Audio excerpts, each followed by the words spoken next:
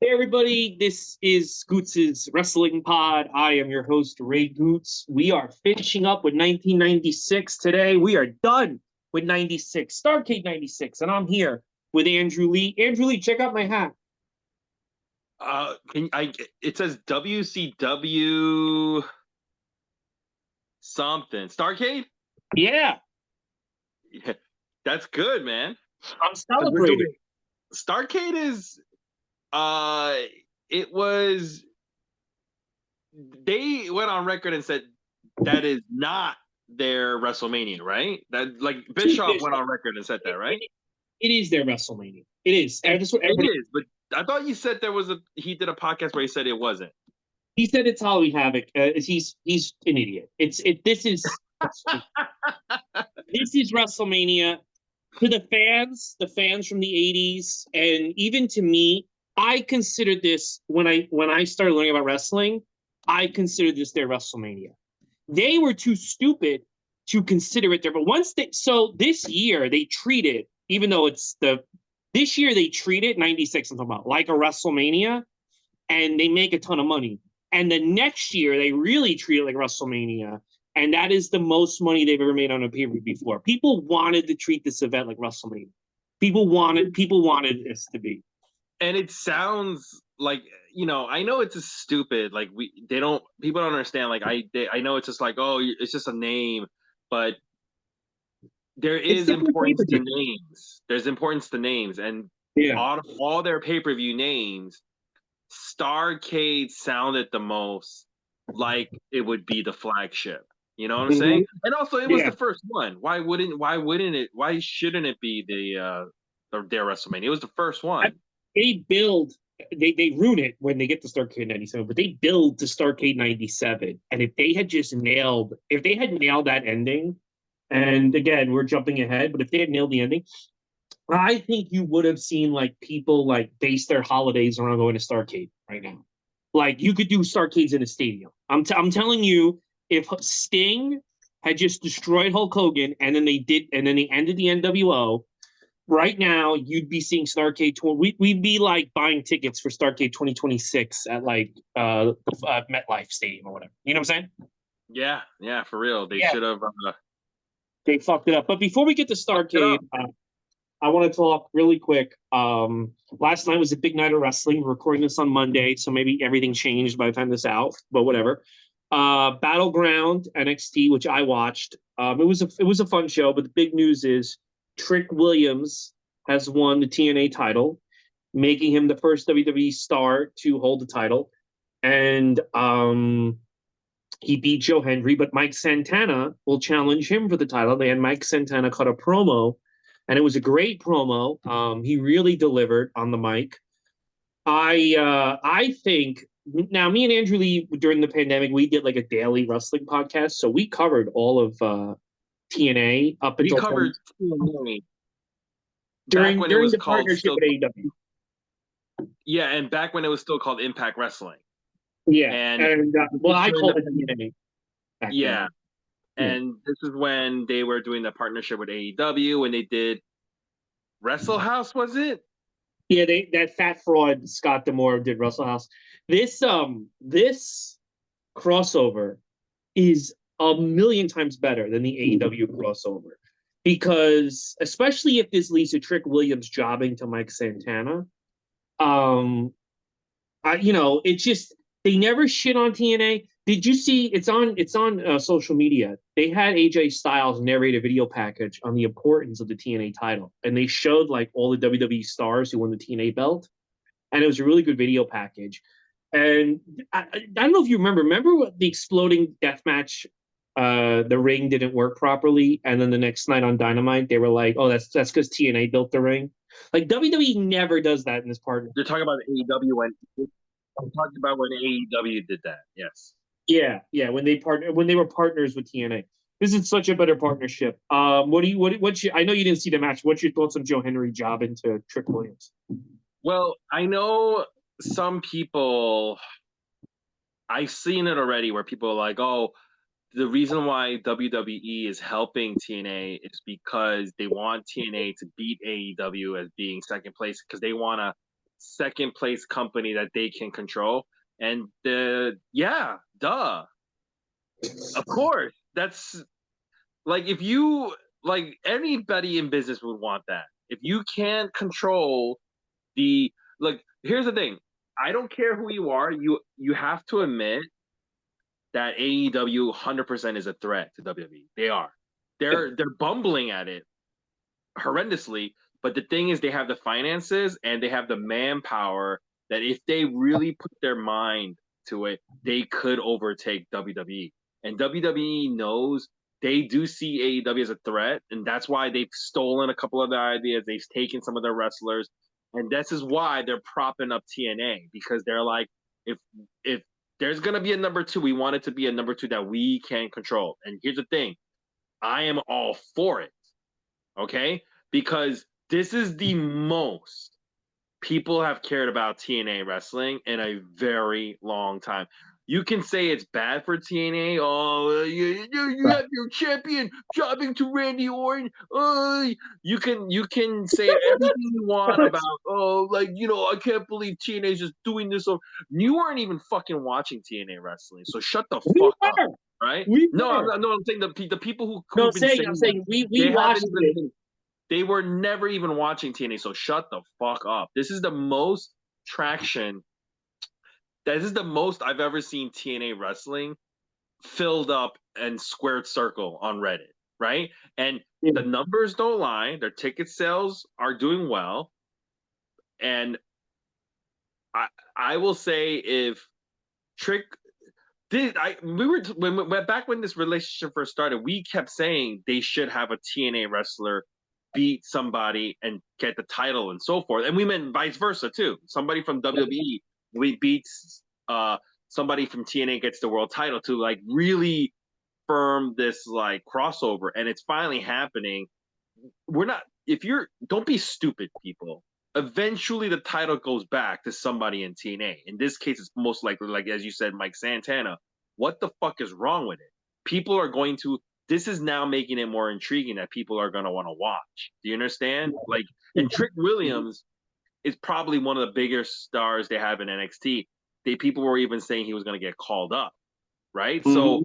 So they're not sending. You can't even say they're sending scrubs to TNA because Trick Williams isn't a scrub. And I will say this: there's a pattern that WWE has though, where the person that they want from TNA, they give them a lot of shine first, like Jordan Grace. Right Mhm. now, it's Joe He had a Hendry. good match with Stephanie Vaquera last night. Actually, she did pretty good. Yeah, Yeah. but I would say their WWE's pretty. They have their eyes set on Joe Hendry. That's why they're giving him so much screen time. And I think Mike Santana will be the next one. They probably like this guy already, and they probably want him to be the next person that they're gonna eventually want take over from TNA. Okay, so I'm all for it. And if anybody says like, "Oh, it's because they want to control," it's like, yeah, no shit. If you're, that's how you stay number one, you dumb fucks. That's how you stay number one. You Uh, know? Mike San- Mike Santana cut a promo last night. I was very impressed by. He came across. I've been watching TNA because I don't get the channel over here. He came across when we get. By the way, when we get to the TNA pay views, I am going to get TNA Plus, and we'll watch more modern TNA because it's still going to be around. I know it's going to take years for us to get to 2002. It'll still, dude, it's going to be around 40 years from now. TNA. I'm convinced it's never going away. But anyway, TNA's lasted longer than Eric Bischoff's stupid ass WCW. it's last if you include the Crockett years, it's even beaten that. So Mike Santana cut a great promo. He seems like he's ready for the next step. And you know what? It got me thinking. It got me thinking because like I was watching a 2020 AEW and the crowd was hot and they were popping for everything and everybody kind of they were really invested. And if you think about it, they didn't have that many like proven stars back then, but people were really ready and willing. And I'm like, I'm watching Mike Santana's promo and I'm like, man, if Tony just got behind this guy instead of discarding him for new toys, you could have like right now, Darby Allin, Mike Santana, Ricky Saints, Ethan Page. These guys, Penta, these guys could be your main events. You don't even need to sign Will Ospreay. You don't even need to sign Bobby Lashley or Edge. These guys can be your main events, and you just didn't invest in them. And you know what? My thing is, if I'm WWE, I'm like, if Tony Khan gets half a brain, he could have a real solid show. And it's just like, I don't think, everyone says AEW's pay-per-view last night was so good. They said every fucking pay-per-view, and then I watched and it's dog shit. He had the guys in 2020 and he didn't invest in them. Jericho helped no one, by the way, because everyone who moved away from Jericho is doing much better without him. I mean, look at the Jericho what's it called? The Inner Circle. All those guys went nowhere. All those guys. Santana's only going somewhere because of TNA. Well, we'll see. We'll see. He's not there yet. We'll see. Well, he's wrestling on NXT on Tuesday, so. Alexander Hammerstone had a cup of coffee in NXT. He already got dropped from a TNA. Just be like I'm glad things are happening for Mike Santana, but I think it's too early to call. I like Mike Santana. I think he's very talented, but a couple of things for him need to change. And I've been saying this since day one when he was in TNA. White. What? He's become white. No, I'm joking. Yeah. Well, he needs to change his fucking name. His name sucks. I think Santana's a great name for a wrestler. You don't like the name Santana? Mike Santana is not like, that doesn't do anything. Like, how does that help him, Mike Santana? Like, I like the name Santana. It's a Latin name. It's a Santana. It almost sounds like Satan. I like it. No, I think there's already been a Santana, Tito Santana, and every time that name comes up, I think you're gonna kind of get comparisons to him. Bro, I didn't even I was thinking about the singer Santana. I wasn't even thinking about Tito Santana. That too happens. And he needs like a real gimmick change. Like, he needs to be, if he's gonna do this thing where he's like, I'm from New York City. Let me ask you a question. Did you watch the promo yet from last night? No, I didn't watch that promo yet, but I saw a clip, saw some of the video. Yeah, okay. Watch the promo and then see what he does on Tuesday NXT, and we'll talk about it. Because I would have agreed with you until I've seen Mike Santana in TNA. Like, I've actually seen him have wrestling matches on their weekly shows, and he's not bad. He just needs more. He just needs that extra But I'll watch it. I'll watch it, and I bet you I'll still be proven right. I mean, I bet you I still won't hinder that he needs like a real gimmick rehaul, or he needs to have his name changed. That's my opinion. Maybe being in NXT will help him. Maybe HBK will take him under his thing. Nothing's wrong with his. You know what he needs to do with his gimmick right now? He needs to dial it from like 5 to 11. You know what I'm saying? Like, he needs to like really. If you're gonna stick with it, go all the fucking way. Just be like almost like a stereotype in a sense, but you gotta fucking live it up first.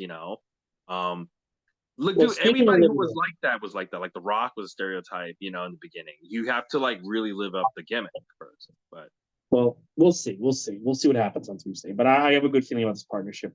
But let's move on. I do too. I love this partnership, and in fact, I'm also looking forward to the AAA partnership because, well, now they own them. I want to watch that Worlds Collide so fucking bad. Yeah, that show looks really good. They got Mr. Iguana on the poster. Do you see the poster they have? Yeah. They've got one of my. I think he's hilarious. This guy. A lot of people don't know him. He's a AAA wrestler. He's a joke wrestler. He's like almost like a Santino Marella, kind of like what's his name? Santino Marella. Taguchi in New Japan. He can wrestle, but he's more like used like a goof. And his name's Mr. Iguana. He carries around like an iguana doll, and he hits you with it sometimes. It's stupid. It's stupid. Right, I'll watch it. The way you describe it makes me not want to see him. Yeah, it's stupid, but he's on it. I was like, I'm looking forward to that. But what do you want to talk about after that? I'm going to make a prediction. Worlds Collide is going to be the best pay-per-view WWE puts on this year. Is it a pay-per-view, or is it like just like a special, like when they did the Indian thing? No, it's a pay-per-view. It counts. It counts as a pay-per-view. It's on the same day as Money in the Bank, but it's on. Yeah, it's a PL. I know it's a pay-per-view. All right, I'm not calling it PL. Okay, I'm never calling it PLE. If I was an announcer for WWE, I'd be like, you can fire me, but I'm not saying PLE.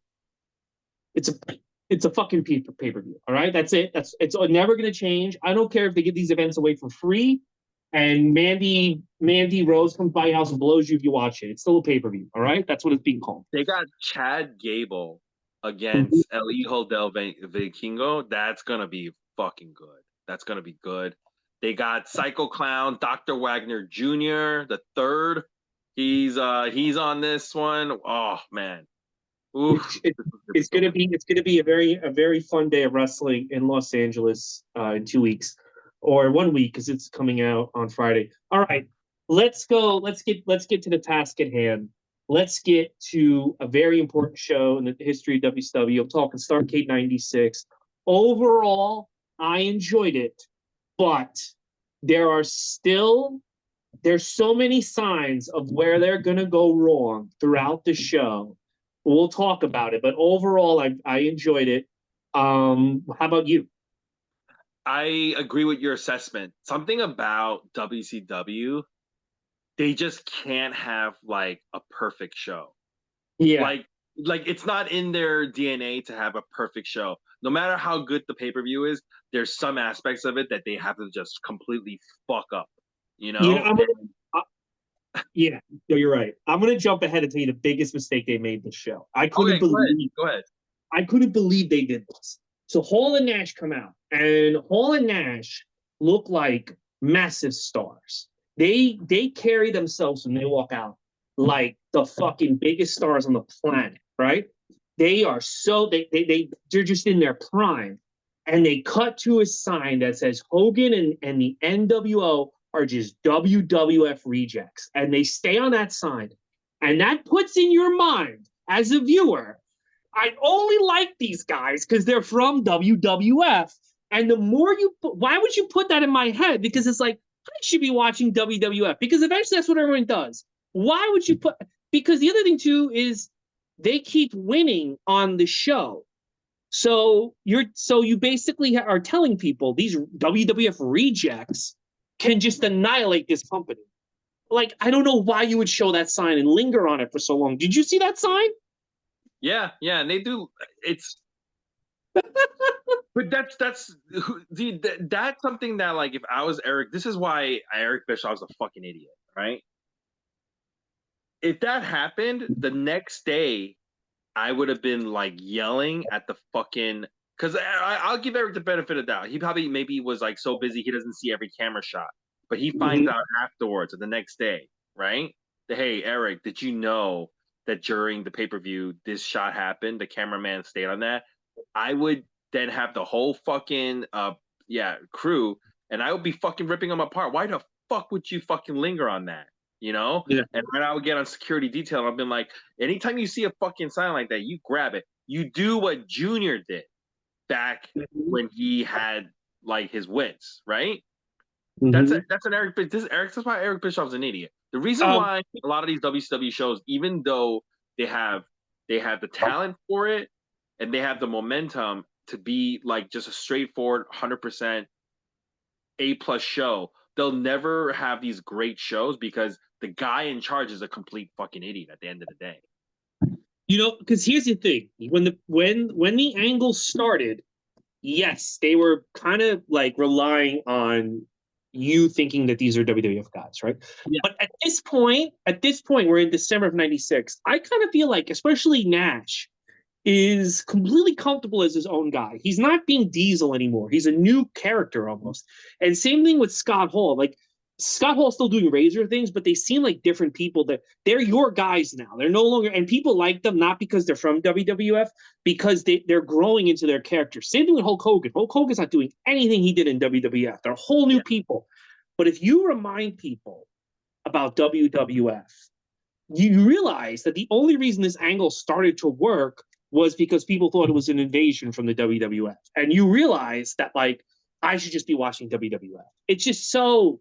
All right, let's start from the beginning, though. This show. Yeah, so let's start from the beginning. Starrcade 1996, not your typical warm, fuzzy holiday special.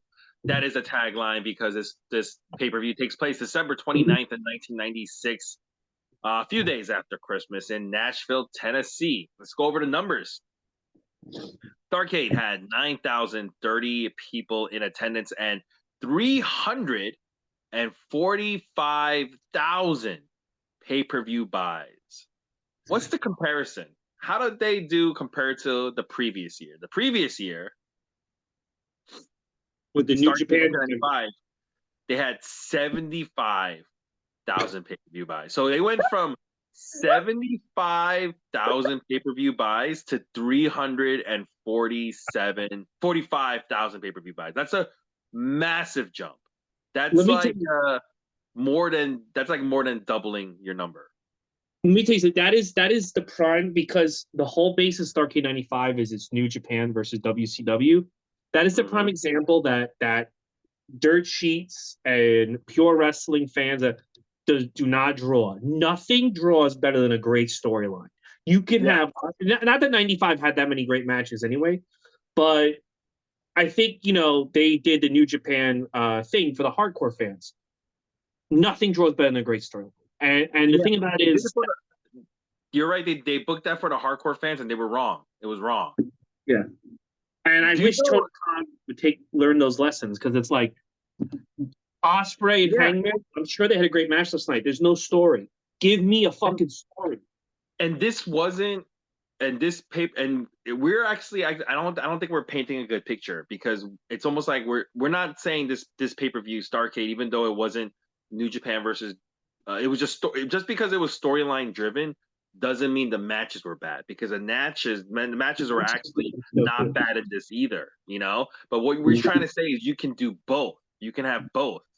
It's when you only focus on one thing, like the matches, that it's not a good show and I won't draw. By the way, let me correct myself.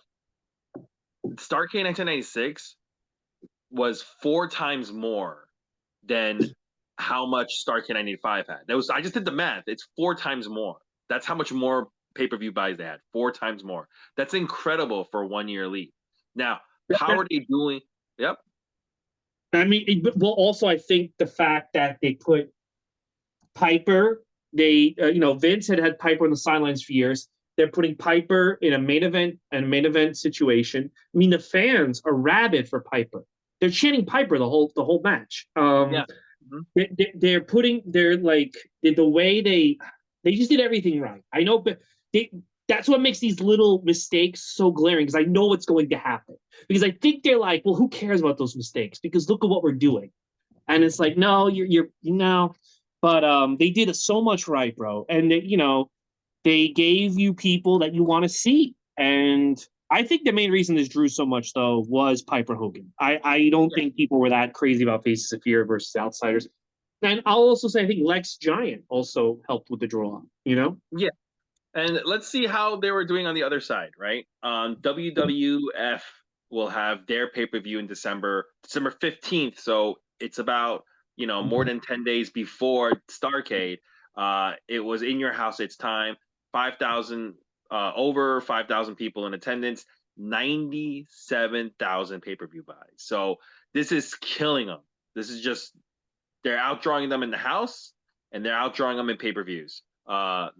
So it just goes to show, like, we were talking about comedy clubs being down 20%, and I'm like, if you give people something they want to see, doesn't matter if they don't have a job, doesn't matter if their kids are starving, they'll find a way to see it. And this pay-per-view proves it, Yep, true, absolutely. Usual suspects on commentary: Tony Schiavone, American Dream, Dusty Rhodes, and Bobby the Brain Heenan. And we're going to go right into our first match.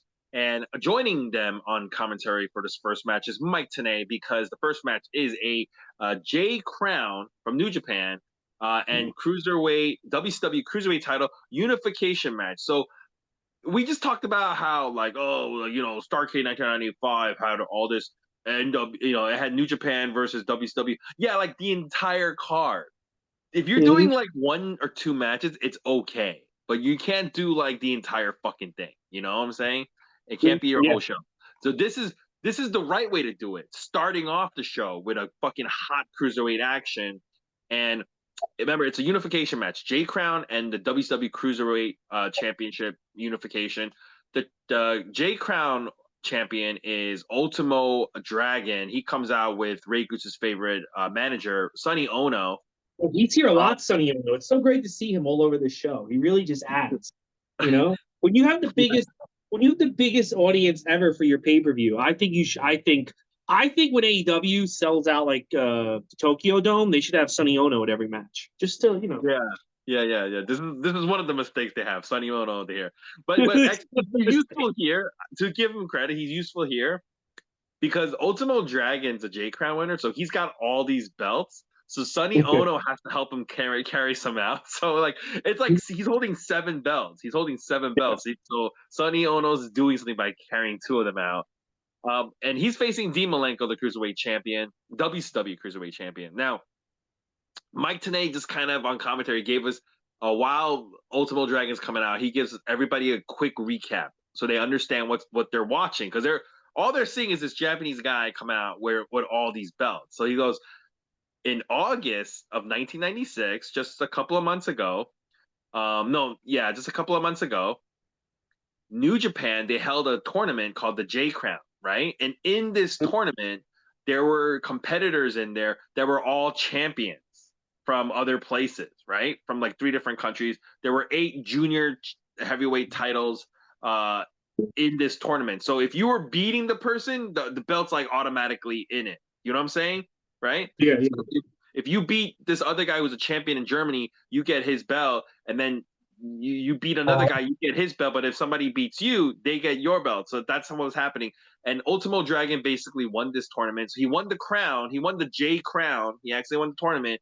But then he also got these belts these other 8 belts. So it's really the J Crown is 9 titles in a sense. It's 8 junior heavyweight championship belts, including a WWF light heavyweight belt and the WWE title. Yes. Yeah, and the title of J Crown. So that's what that is. You know what I do? You know what I like? I do like the fact that there's just this WWF belt that they just gave up on, and it was just like wandering around the world. You know what I mean? Like it's still a WWF belt. Be a thing. That should still be a thing that I would love. If I was Triple H, I would be like WCW Cruiserweight title.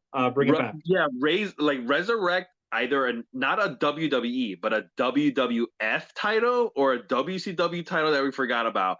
Let it go around in the indies, and every once in a while, we'll try to send somebody to go after it. You know, like that would make it so much more. That would make it so much. And whoever is on the indie scene who has it, is cutting promos like, "You're never gonna get this belt, Triple H." You know, that would be so much fun, dude. You know what it is, and I don't even know if Vince planned on it, but it does make it feel like the World Wrestling Federation. Like when I was a kid, I was like, felt like there were these events that were still WWF related that I had no clue what's going on.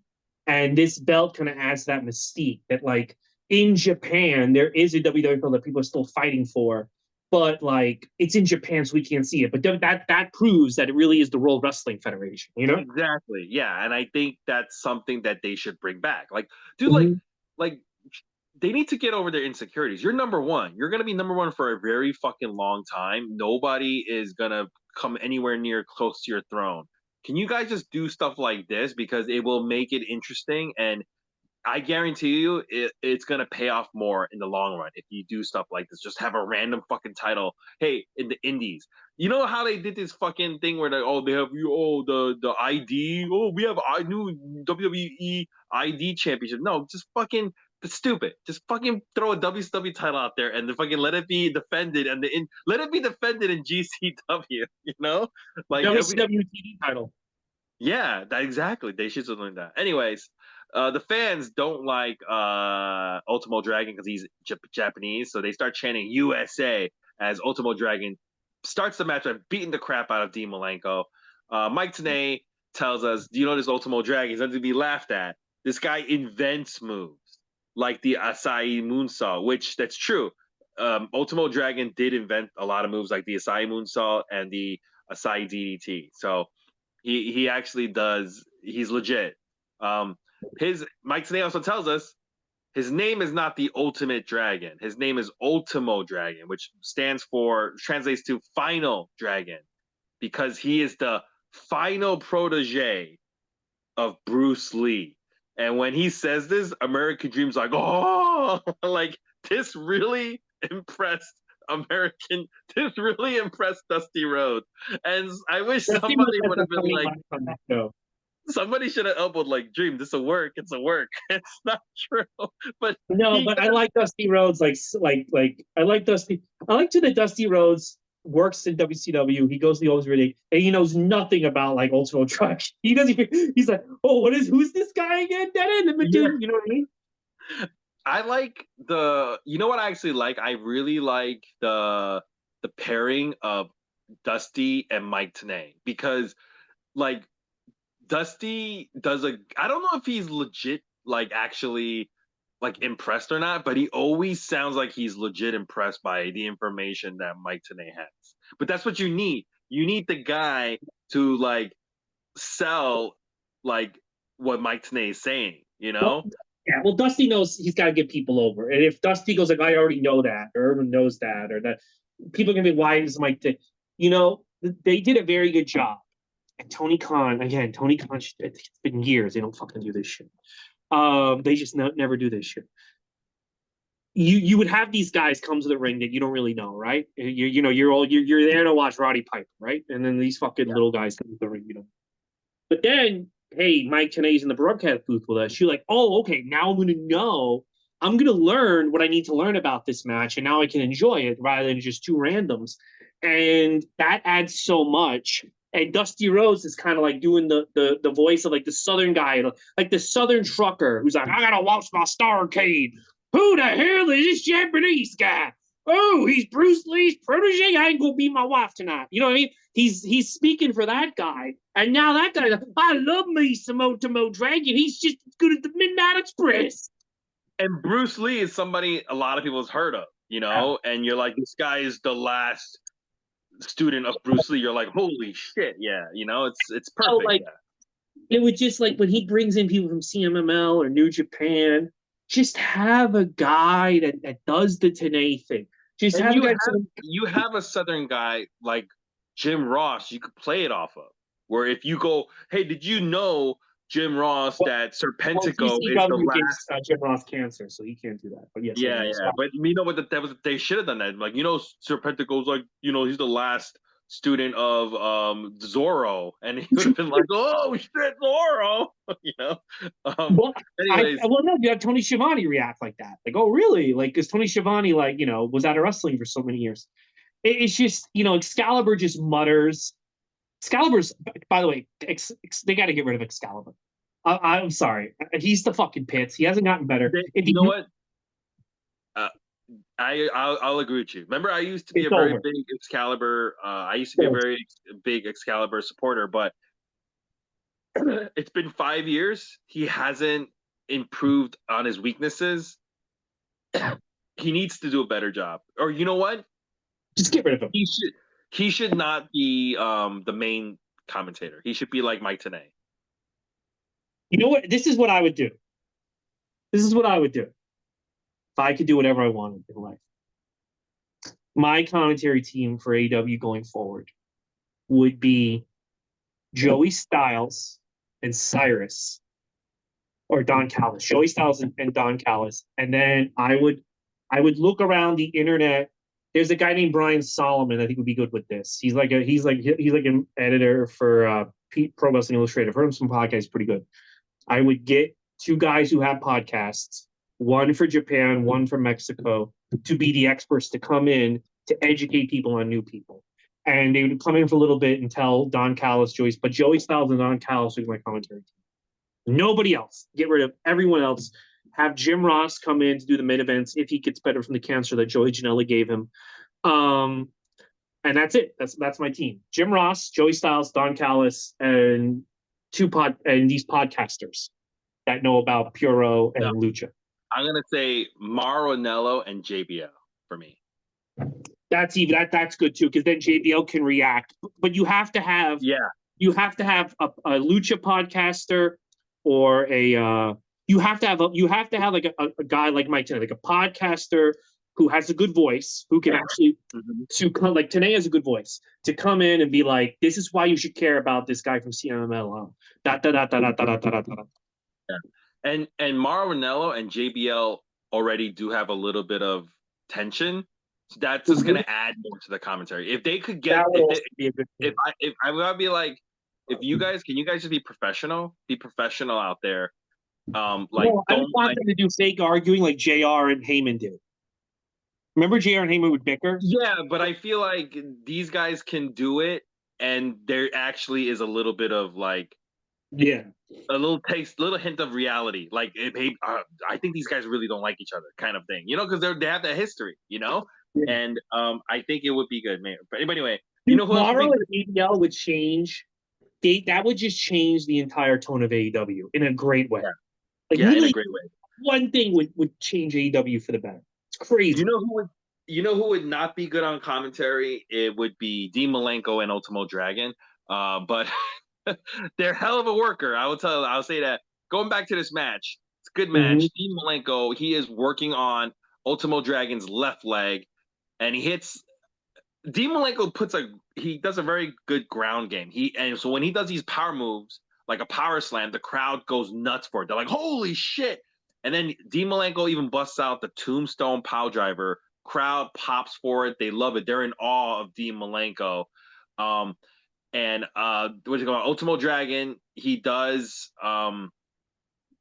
try to fight back. He tries to do the Asai moonsault to the floor, and he hits that, but then he misses a top rope moonsault.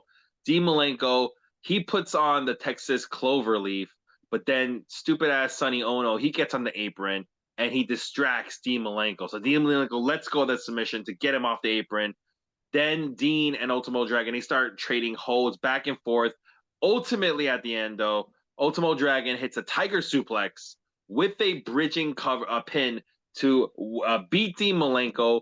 And not only does he win, does he retain the 9 J Crown titles, now he adds the WCW Cruiserweight title. So he ends up holding 10 titles simultaneously. Wrestling is fake, but this is a record that still holds up even now. Nobody has held. I think Mercedes is going to beat the record. Yeah, Mercedes Moné might be the record of. She's going to hold 11 titles at once. Yes. Yeah. I think At once. that's what they're building towards in AEW, which is fine by me. Some people get upset, and I'm like, nah, let her do it. This was a great match, great open. Right now? What? How many titles does she have right now? She has a lot. They added she got the Owen Hart belt yesterday, and she's going to face Toni Storm for the women's title. She should beat Toni. I think she should have like 12 belts. If they can give her 12 belts, give her 12 belts. Give her 12 belts. Give her 12. Yes. Why not? Why not? Yeah. Why the fuck I don't not? have a problem with it. If people are complaining, I'm like, what are you complaining about? Who gives a shit? Let her have this. Who cares? Like, and then when she loses, it's gonna mean even more. Yes. They're not. Those idiots don't think ahead like that. That's why they don't think ahead like that. You know. But let even Ultimo Dragon come out, pay him. Tony Khan has the money, and be like, yeah, you beat my record. Congrats. Like, hold up her hand, make it a big deal. Fuck it. Like, if you're paying her $9 billion, what do you want? Her to fucking job to fucking Anna Jay on Rampage? Like, he's paying this idiot $40 billion. Might as well make her, earn her money. Yeah. But anyway, going back to this Cruiserweight match, I enjoyed it. I gave it a B+. It's a very good way to start the show. Yeah. I loved it. You liked it, right? Yeah, great. Again, you can't go wrong with Stinko, Malenko, and Ultimo Dragon. You can't go wrong. Stinko, Malenko, yeah. Unfortunately, that roller coaster dips real fast. We're going to go to our second match. It is for the women's championship. We got Akira Hakuto coming out with her husband. I'm sorry? It's Hakatu. Hakatu, yeah, I'm sorry. Mm-hmm. No, I think it's Hakuto. No, they were saying Hakatu during the show. Oh, they kept Hakatu, saying fine. Akira Hakatu with her husband Kensuke Sasaki. Remember, these two met at the North Korea pay-per-view. Remember? And then he proposed to her right away. And they're still married to this day. But he comes out accompanying her. Her getup is amazing. You know who she looked like? She's got this white hair, this crazy white hair, this crazy long white robe, and she's got like a gas mask on. You know who she looked like? She looked like Immortan Joe from fucking Mad Max. Oh yeah. That's true. That's true. Maybe Yeah, maybe they stole his look because he come. That movie is he comes 20 years old. after. Yeah, he comes after. So maybe they stole the look from her here, right? She is such a star. I hate to say Medusa should have just been a valet. Medusa should have just like Yeah, yeah. Medusa 6. So she is going to be facing Medusa, who comes out with the U.S. flag. Uh, Lee Marshall's going to join on commentary. Akira, she attacks her from behind, and Sonny Ono trips up a Medusa every once in a while. So, you know, they're playing it up like Medusa's got her work cut out for her in this match. The referee also is not going to be a fan of hers. It's referee Nick Patrick, who no longer has a neck brace. But this is important to note this, right? Because he's going to be all over the place moving on in the future. He's the evil NWO referee, right? So he's got no neck brace on. He has this new like hairdo, right? It's like jet black and it's like greased up. He's got this new beard. You know who he looks like? He looks like Kenny Powers from Eastbound and Down. Yeah, that's what everybody always says about him. Yeah, Yeah. everybody says he looks like Kenny Powers. I Because wouldn't be surprised if they base Kenny Powers on this guy. he's supposed to be like the referee with attitude. So it's I grow goatee now. Anyway, he's there. Medusa, she's stronger, kind of, so she power moves Akira a lot, like hitting power bombs, German suplexes. Akira hits a superplex for only a 2 count. Then Medusa drop kicks Akira off the top rope to the floor. Sonny Ono hits Medusa with the American flag, and then Akira hits her Northern Lights bomb, which is Al Snow's snowplow finishing move that he actually took her. Akira actually invented this move. And Akira hits the Northern Lights bomb to win the belt. After she wins the belt, Kensuke Sasaki, her husband's not happy with Sonny Ono because Sonny Ono helped her cheat. He's like, oh, that's dishonorable. And that's that. This was terrible. C. It's a very average match. Not good. And then they put Lee Marshall in, and some made a joke like, it's not that he's a women's expert, it's just that he's a really horny guy, so he just wants to sit in for the women's matches. But whatchamacallit, Dusty Rhodes had a really funny line. Did you hear like Lee Marshall telling, because they try to make Lee Marshall like the expert. He's like, they share like, Kenzu Sasaki and Akira Hokuto, they share this, they share that. And Dusty Rhodes goes, that's not all they share, if you catch my drift, baby. That's not all they share. They fucking bet every night. Did you hear him do that? Did you hear him do that? That's not all they share, daddy. Dusty's great. I like the WCW commentary team. It's a great team. Tony, Dusty, and Bobby is a great combo. And yeah, it's so good. Yeah, Dusty's hilarious. Bobby's hilarious sometimes. It's good stuff. Yeah. Terrible match. You're right. Medusa, I bet regretted throwing the WWF Women's title into the trash. I bet she regretted it. I bet she was like, I hate this sounds so much. She's eye candy. That's all she is. She can't do it. She's just not that good. She's overrated. She really is overrated. It's just because she was the only one doing it. So if you're the only, you can say, so you got to give her credit, but like, she's just not that good, Yeah, she's just not that good. Yeah. So after this match, they show you we're gonna get a whole bunch of backstage stuff. What do you call it? Something to note. They have also moved away from the CompuServe chat room. They don't call it that anymore. They just call it a WCW chat room, similar to how WWF no longer calls it the AOL chat room. They just call it the WWF chat room. So maybe now maybe they got a website where they could build their own chat. Yeah, no, they do. They showed their own website. DDP and guys like DDP and Mark Madden are there talking to fans or whatever, or chatting to fans. So it's their own thing. Things are progressing in technology-wise. Things are moving along very fast. It was only a few months ago that they had to have CompuServe. Now they got their own thing going, man. Things are going fast. Speaking of fast, this next promo segment could not go fast enough. Mean Gene Okerlund, he is in the back with Roddy Piper because they got to talk about his match main event coming up.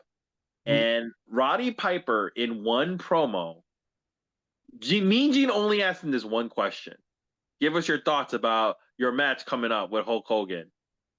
And in with that one question, these are all the things. I'm not making this up. These are all the things that Roddy Piper mentioned in his fucking promo.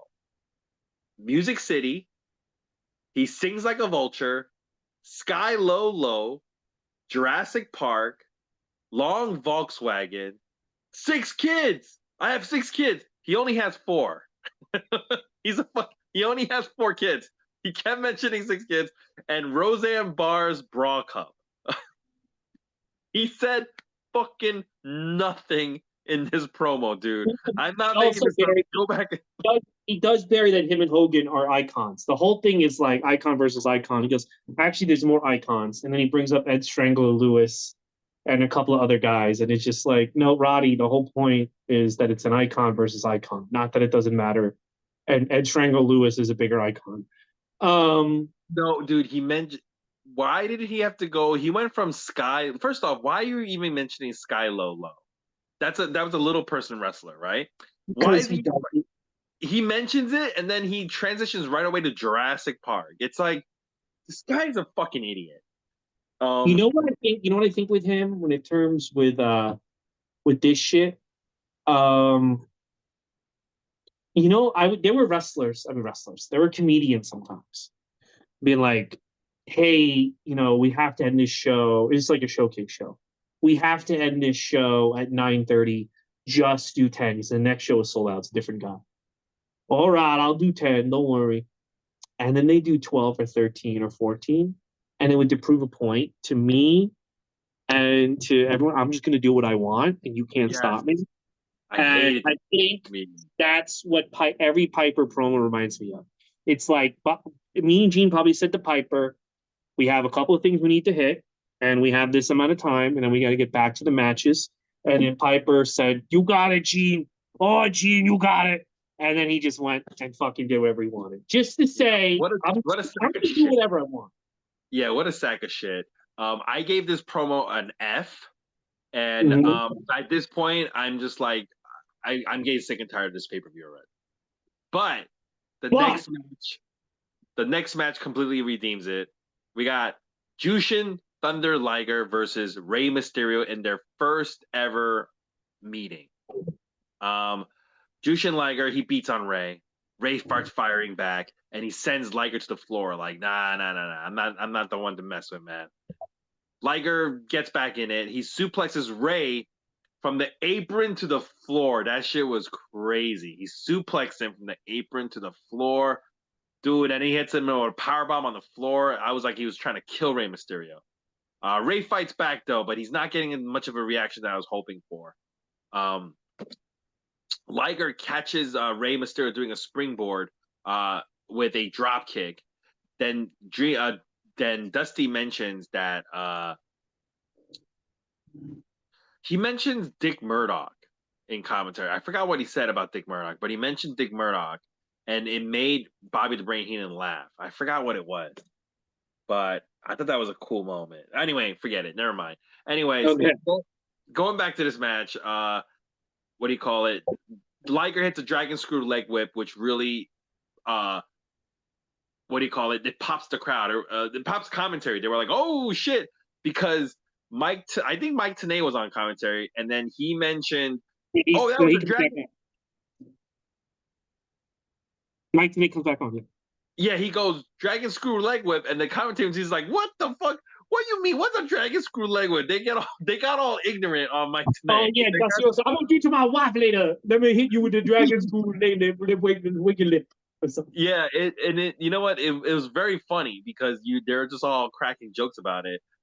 So the commentary is fun. The match is fun. Rey Mysterio hits a springboard moonsault to the floor. That was an awesome move. Everybody, the crowd loved it. Then Rey misses, however, a senton splash. This miss allows Liger to hit the Liger bomb on Rey Mysterio to win the match. He for winning this match, Liger will now face Ultimo Dragon at the Tokyo Dome in January for the J Crown. This is a B. I think this was not as good as Dean Malenko Ultimo Dragon, but it's still a very good match. I enjoyed it. Yeah, I really liked it. You know, we got two of these Rey Mysterio, Dean Malenko specials on this show. So, you know, listen, if you're a pure so guy, if you're like, oh, I don't care about Roddy playing with Hogan, I want wrestling. Yeah, they gave it to you, and I thought this was a very fun match. It's great to see these two duke it out. This Starrcade is the pay-per-view where the formula, that classic WCW formula, right, is working. You know? Let's go to our fourth match. It is a no disqualification match. It is Chris Benoit who comes out with Woman, and they come out to a big reaction from the crowd. And as they're walking out, American Dream mentions the affair that Chris Benoit and Women are having. Because now we're in that storyline where, you know, Chris Benoit is having sex with Kevin Sullivan's wife, and it'll end up becoming an actual thing. But this is right, we're in the midst of it. And Chris Benoit's gonna be facing Jeff Jarrett. What do you call it? Chris Benoit, sorry, I got my allergies coming up. It's okay. Benoit shoves Jeff Jarrett down, which gets cheers in the beginning. And the commentary team starts telling us, like, oh, this affair is causing issues, not just for the Horsemen, but it's causing issues with the Dungeon of Doom. Nobody's happy with it. Even people in the Horsemen are not happy with this affair that Chris Benoit is having, right? So both stables aren't happy with this. These two, they have a great exchange back and forth, and they do this thing where Chris Benoit like slaps Jeff Jarrett on the head, and he's very snug. They're both very snug in their moves. And what do you call it? Woman does help Chris Benoit a little bit, like with the edge. Like she gives him a little bit of an edge by distracting Jeff Jarrett a little bit. And Jeff has his work cut out for him, but he does take control and he tries to put on the figure four. And while he's doing that, the woman rakes his eyes. So he has to let go of the figure four. And then Arn Anderson comes out, right? Arn Anderson. By the way, this was much better than I thought it was going to be, and I thought this was Jeff Jarrett's best match since coming into WCW for this run. Yeah, keep in mind, Jeff Jarrett, Chris Benoit, they're all in the same group. They're all Horsemen, right? Well, so this is Jeff like Jarrett was never officially a Horseman. Oh, okay. Well, he's a. Some of the members want him to be in, some of them don't. Okay, sorry. He's Horseman adjacent. He's a Horseman adjacent. So, yeah, there's a lot of like Horseman stuff happening here. Arn Anderson, when he comes out, who is a Horseman, he walks right past Chris Benoit, doesn't even acknowledge him. As Chris Benoit starts taking over control again. As he's taking over control, Hugh Morris and Conan, members of the Dungeon of Doom, Kevin Sullivan stable, they come out and they try to attack Woman, and Woman gives Hugh Morris a low blow kick. Arn Anderson, he looks at Jeff Jarrett in the ring. By the way, this is happening, so like the referee's a little distracted with what's happening with Woman and Dungeon of Doom. Arn Anderson gives Jeff Jarrett a signal to throw Chris Benoit into the ring. And then when he does, Arn Anderson DDTs Jeff Jarrett on the floor. And then as that happens, Kevin Sullivan comes into the ring and hits Chris Benoit with a wooden chair, smashing the wooden chair on Chris Benoit. And then Arn goes into the ring and he rolls Jeff Jarrett on top of Chris Benoit because they're both out. And Jeff Jarrett wins the match because of this. Afterwards, Woman confronts Arn Anderson, like, Arn, why'd you do that? Why did you let Chris Benoit lose? And Arn starts blaming her. It's your fault. You're the one who's causing all this. And he leaves. And Mean Gene's out there. He wants to talk to them. Arn Anderson doesn't want to talk to Mean Gene. Jeff Jarrett doesn't want to talk to Mean. Nobody wants to talk to Mean Gene. And he's just left standing there with his hand in his dick, with his dick in his hand, I should say. And when Mongo and Deborah come out and they go, you know what? Nobody wants to talk to you, Gene, but I'll talk to you. Because, you know, everybody walked out on you, but not me. And he says, Mongo says, Woman got Chris Benoit all week. And Deborah says, Jeff Jarrett is horseman material. He's all horseman. I think this is why I thought Jeff Jarrett was horseman, because she was like, he's a horseman. She was saying Well, they're that. trying to get him in. Yeah, they're trying to get him in. Yeah, they want him in. And it goes, and she goes, Deborah's like, Jeff Jarrett's a horseman. Chris Benoit and Nancy, those two are not. They are not horsemen. They're not like us. It's hard to hear this because the mic is awful. Yeah. They have a shitty WCW mic, so there's a lot of echo. And They should. They did everything after everything. First of all, the finish was a little. The finish is kind of clever in that Arn Anderson thinks like he's screwing over Jeff, and then he's not paying attention, so Chris gets screwed over. You know what I'm saying? That's kind of clever. But everything after that's a fucking disaster. And the biggest disaster is letting Deborah talk for this long. The microphone's not working. She can barely. She's literally this guy's wife. It would be like taking like fucking Will Ospreay's wife and telling, here, cut a 5-minute promo in the middle of this fucking pay-per-view. It's like she becomes a performer. Obviously in WWF she can talk into the microphone. But like she doesn't need to learn how to do this in the middle of your most important show, and especially when the mic's not working. They should have just been like, you know what, we'll hear from everybody on Nitro and went to a video package or something. Yeah, it wasn't the best match, but I agree with you. Overall, it was actually a very fun match. I still gave it a B. Chris Benoit and Jeff Jarrett, they actually have good chemistry together, so I'll give them that, you know? Yeah, they both killed their wives, so Jesus. But fucking this was a really good Jeff Jarrett match. You know me, I always say he is a stench of failure. This is where Jeff Jarrett should have been on the card, not fighting the Giant in the middle of the This is I agree with you. He shouldn't be fighting that. He should be fighting like it was like this is more his speed. Yeah. We get a great Sting NWO package. Sting, is he NWO or is he not? Is he WCW? Great package because lets you know what's going on. We're gonna go to our fifth match. It is the Outsider. It's for the tag team championship belts.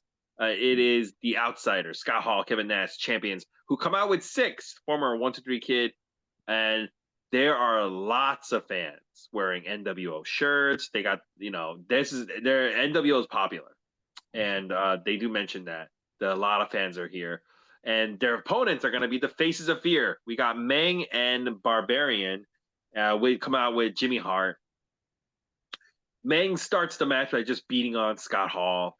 The Faces of Fear decide, hey, we're going to double team Kevin Nash because he's the biggest one. And they're going to double team Kevin Nash. Kevin Nash tries to fight back, and he does the thing where he double headbutts them, but that has no effect on them because they're both like Polynesian and they have like the coconut heads. I love that. Like, I love that in wrestling. That's still a thing to this day. Like you can't like headbutt a Samoan because like it's like still like it's that kayfabe. It's that kayfabe thing that's still around, Barbarian hits the kick of fear on Scott Hall, but Nick Patrick is just too slow to count because he's that evil NWO referee. And then when Meng covers, he's slow to count for Meng too. And then Six chases Jimmy Hart to the back, and then Kevin Nash hits the jackknife powerbomb on Barbarian to win the match and retain their tag team titles. Another good match. I gave it a B as well. Did you like it? I did. This was actually the best Outsiders match since they've gotten there, since been a team on pay-per-view. I will say this. Everyone talks about Hogan's creative control. I kind of feel Hall and Nash have creative control because here's the situation. They're supposed to be the heels. They're supposed to be the heels above heels, right? And they come out and they look, besides that stupid fucking sign, I gotta say, they stand out more than anyone else on this show so far, just when they walk out, because they carry themselves and they look like megastars compared to everyone so far that we've seen. It's just night and day in their presentation. You know what I'm saying, Andrew Lee? Right? Yeah, I don't think that's their pull. I just think they really. No. Let me tell you what I said. Okay. So it's kind of like beneath them to fight the faces of fear because nobody. And then because when the faces of fear broke out with Jimmy Hart, they look like such fucking losers. And you're like, wait a minute. If I'm supposed to be cheering for WCW against the Outsiders, why would I cheer? Because Jimmy Hart can't shut up, by the way. He's talking. They look like such fucking relics of the past compared to the Outsiders. And I almost feel like the reason I feel like the Outsiders were pushing Bischoff to have them fight heel tag teams during this run, so they would be the faces. I think this is what I think Hall and Nash's plan was in '96. We'll do the NWO thing, but we're going to get over as faces while Hogan gets over as a heel. And then eventually we'll break through and we'll become the top faces because they feel more like good guys than the faces of fear in this match, you know?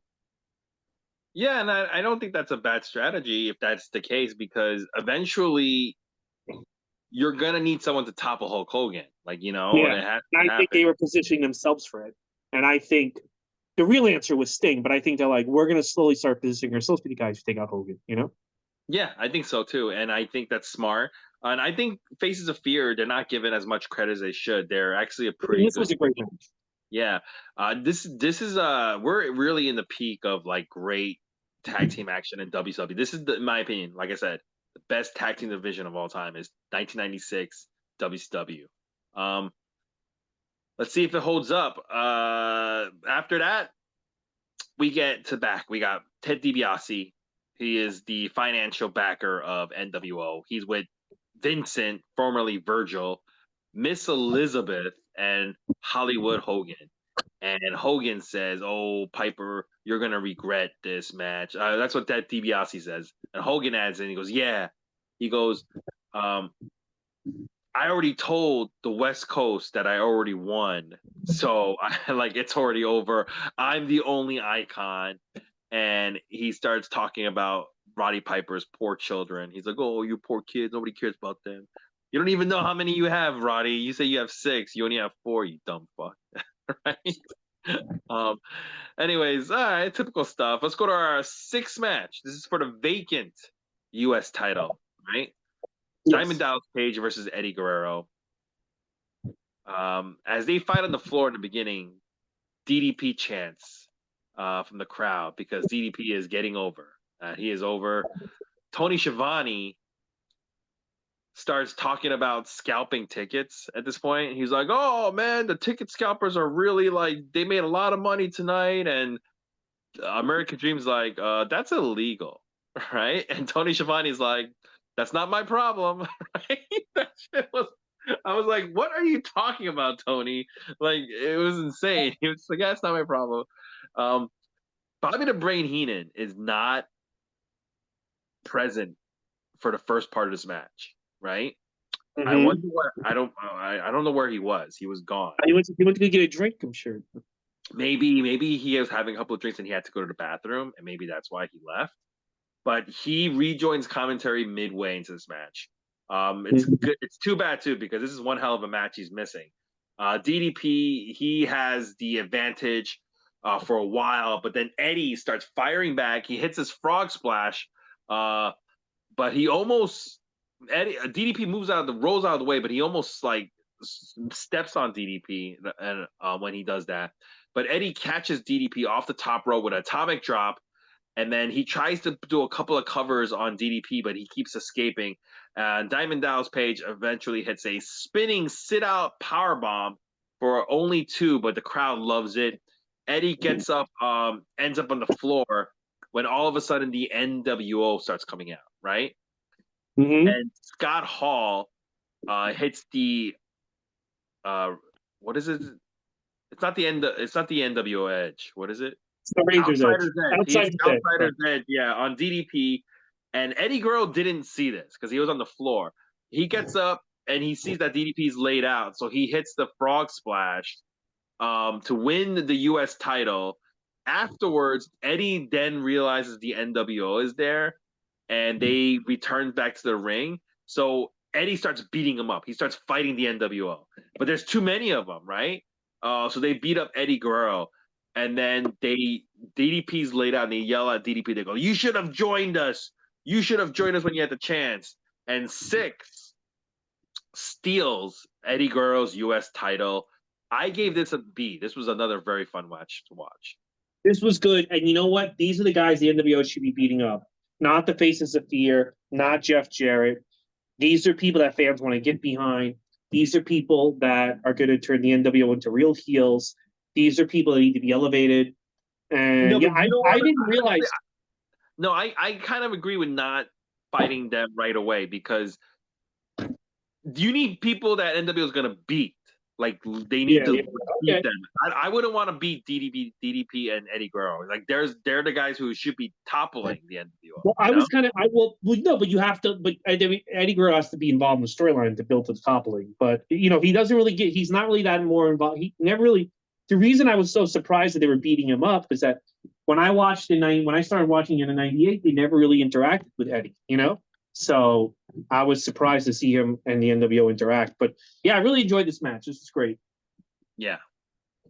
So afterwards, let's go to match number 7. This is the penultimate match. It is the Giant versus Lex Luger, who the fans love. The fans cannot get enough Lex Luger. They're chanting Luger, Luger. But the Giant is a Giant, so he's overpowering Lex. And he even kicked him out of the ring. Giant beats on Lex's back. Lex tries to slam the Giant, and he fails. And he just keeps getting beat on by the Giant. Giant misses a drop kick, and this allows Lex Luger to start firing back. He hits a neck breaker, which gets a big pop from the crowd. But the Giant presses Lex onto the referee during the cover. So, like, when has a cover, he fucking throws him off. He lands on top of the referee, and the referee's just like, he's out. So Lex Luger slams the Giant, but there's no referee. He goes for the cover. Nick Patrick shows up as a second referee. Lex Luger gets the torture rack on the Giant, which is crazy. He's a big dude. But Nick Patrick kicks Lex Luger's leg, and he drops him. Sting shows up as Lex Luger racks up the Giant again. But he kicks Lex Luger again, but Sting, he kicks Nick Patrick out of the ring, and he whispers something to Lex Luger. Then he walks over and he whispers something to the Giant, and then he leaves the bat in the ring, kind of like in between them, right? Mm-hmm. Giant gets the bat first, but Lex Luger comes and he low blows the Giant, and then he picks up the bat and he starts beating him with the bat. And then he beats him down and he covers him. And the first referee who was knocked out, he regains consciousness, and he makes the count for Lex Luger to win. The crowd pops for this huge. You know why? Because technically this is the first NWO loss. Yes. Tony Schiavone's going crazy. He's going, this is the first time the NWO lost. Oh my God. The Giant looks pissed off. Commentary team starts going, where was Hulk Hogan? Where was the Outsiders? The NWO left the Giant high and dry, and now he has egg on his face because he's the first NWO member to actually lose. Great storytelling, good match. I gave this another B. This was fantastic. I loved it. This was my favorite match on the show, by far, which I was surprised because, this is how the Giant should always be presented. And this is how Lex should always be presented. It's such, like, the way Sting comes out and the Sting, we know where it goes as fans. They don't in '96. The way, like, it could, you don't know where it's going to go, but you still love Sting. Luger's work, when he finally hits him with the bat, it's like finally someone from WCW is going to fight back. The way they should have been fighting back, but the way Lex was struggling with Giant, the way Giant, Lex Luger has to be the most undervalued, underrated guy in wrestling history. Because when we watch these shows, he is so fucking over. And when you do the right thing by him, the crowd goes nuts. And he has such a connection with people. And all we've heard for our entire fucking lives, because a lot of these shows me and you didn't sit and watch when we were kids, right? I'd never seen this show until today. All we've heard is how he wasn't over, how he stunk, how he was a dick, how he was this, that, and the third. And then you watch this fucking show and you're like, there's your guy right there. that has been your guy for 10 years and for some reason keep running from it. This is your fucking guy. He should have beat Yokozuna. He should have beat Ric Flair. When you do it the right way, it's the best thing on the night. And man, I was shocked how much I love this match. Yeah, it's good. I agree with everything you said. Absolutely. Now let's go to our final match. Okay. A match that Michael Buffer calls the match of the century. It is the Hulk Hogan who comes out with his whole entourage of Ted DiBiase, Vincent, Miss Elizabeth versus Piper, who comes out to Roddy chants. Piper loves. I guess evidently they already forgot about that shitty promo he gave earlier because they don't care. They're just like Roddy, Roddy. Hogan slaps Roddy to start the match, and then Piper returns the favor by punching Hulk Hogan, sending him outside to the floor. The crowd cheers. They're going crazy. Piper spits on Hulk, and Hulk does not like that, and he makes him pay for it. He starts beating him up, but then Roddy eye pokes Hulk Hogan to cheers. Hulk Hogan, he has to go outside again, and Roddy beats him up on the floor outside. Hogan has to go for a walk. He's like, I can't do this. This guy's too much. Then Roddy Piper grabs Hulk Hogan, and then he, as he's walking away, and he rams him into the railing a couple of times, and he whips him with a belt, and he brings him back into the ring. As he's in there, as they're in the ring, Ted DiBiase grabs Roddy's foot, and this allows Hulk Hogan to start attacking Roddy from behind, and this begins now the beatdown process where you start beating up the good guy. You're beating up Roddy Piper, but he starts fighting back. He starts pulling Hulk Hogan's hair out, right? That part was funny. And Bobby the Brain Heenan says, that shouldn't take too long, right? That shit was funny. That's both guys are extremely exhausted at this point. They're really exhausted as Roddy misses a knee drop and hurts his hip. Remember, from the previous pay-per-views we've covered, Roddy Piper had hip surgery, right? And there's a huge scar on his knee, on his hip, and they're like, Hogan's like, you ain't got it. You're half the man you used to be. Well, he hurt his hip here from doing missing the knee drop. But then Hulk misses his leg drop, and then Roddy Piper starts hopping around the ring, showing that actually I was faking my hip injury so that Hogan would get overconfident and he would miss the leg drop, right? Mm-hmm. So then all of a sudden, the Giant joins. He comes in and he grabs Piper by the neck and he raises him for a choke slam. But then the craziest thing happens as a fan jumps into the ring, right? Now, oh my God, yeah. The fan came from the hard cam side, where the hard cam is, right? What's happening is this: Ted DiBiase, he's like on the floor, right? He's walking. Remember, Ted DiBiase can't wrestle anymore. He's retired. He's got injured, whatever. Yeah, he can't take any bumps. This fan jumps the rail, and as soon as he jumps the rail over, first thing he does is hit Ted DiBiase. You know that? Yeah. He hits Ted DiBiase. DiBiase's like, what the fuck? And I think DiBiase thought it was part of the show, so he had to like sell it. So he's down. DiBiase is not. That's why DiBiase isn't grabbing it to stop him. He just like goes down. And then this kid goes up. This man, I should call him a man. He goes up into the ring. He tries to get into the ring, and Hulk Hogan, when he realizes him and the referee, they both like start kicking him out. And then Piper gets in a chokehold, and he kicks Hulk down, and then he he bites the Giant on the nose, right, and shoves him out of the ring. And as this is happening, we see in the foregrounds, security is taking the fan away as Bobby. They're having a hard time. Yeah. No, he was in there. It's not like an easy get the fuck out of here. It's like, yeah, and you know, a couple of things happen with this. It kind of ruins what's happening in the ring because everyone's watching this kid, right? Because the whole thing where Piper is getting out of the Giant's chokehold and he's biting Giant's nose and shoving him out of the ring. Piper has to wait a second to do it because of what's happening. Yeah, and it's taken away. The fans' attention is taken away because they're watching this fan get ejected from the ring. And while this is happening, Bobby the Brain Heenan is dying on commentary. He's laughing his ass off, right? Because Yeah. he's just so fucking delighted that this fucking fan there. And anyway, Piper gets the sleeper on a Hogan, and Hogan is knocked out. He doesn't raise his hand. He's knocked out. So Piper wins. The fans cheer. There's fireworks going on. The outsiders finally join, and Piper beats them. He beats them out of the ring, and he escapes. He runs away to one of his kids by the entrance, and he leaves. The Giant decides, fuck this, and he starts leaving too.